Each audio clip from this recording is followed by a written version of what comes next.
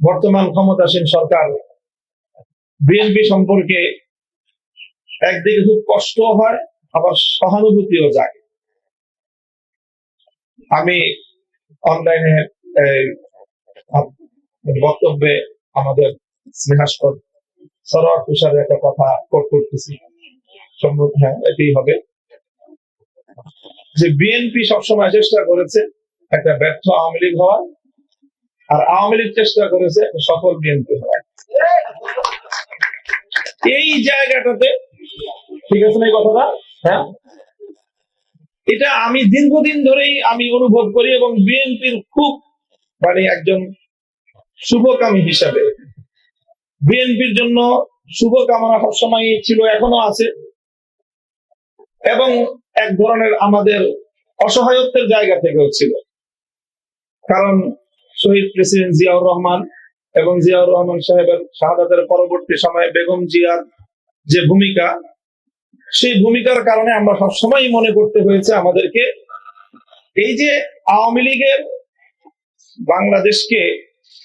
বাংলাদেশের যে মূল ট্র্যাক থেকে বিচ্যুত করে আধিপত্যবাদের গোলামীর বাংলাদেশ গড়বার যে অব্যাহত প্রচেষ্টা, সেই প্রচেষ্টার বিরুদ্ধে জিয়াউর রহমান সাহেব এবং বেগম খালেদা জিয়ার নেতৃত্বে যে সংগ্রামটা হয়েছে, সেই জায়গাটায় যখনই কোনো ধরনের দুর্বলতা তৈরি হয় অথবা তারা পরাজিত হয়, তো তখন শুধু বিএনপি পরাজিত হয় না, পরাজিত হয়ে যাই আমরা এনটি ভারতীয় এবং এনটি আওয়ামী শক্তি, আমরা সবাই পরাজিত হয়ে যাই।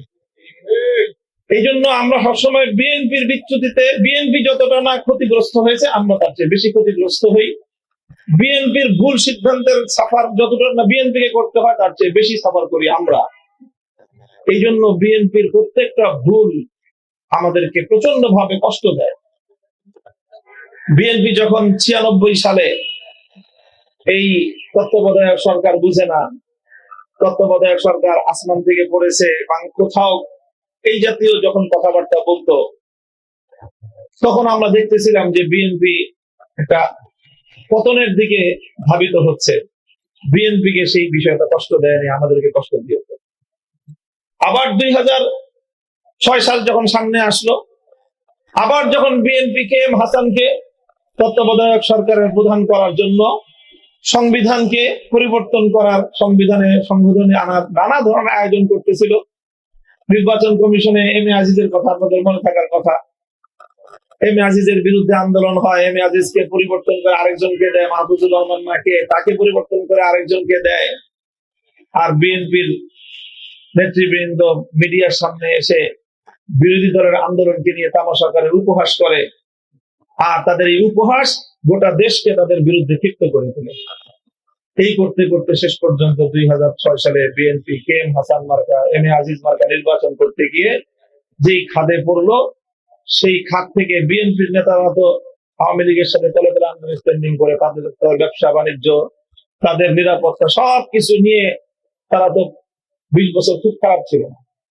সাফার করতে হয়েছে আমাদেরকে ব্যাপকভাবে, জেল যেতে হয়েছে আমাদেরকে চরম ভাবে।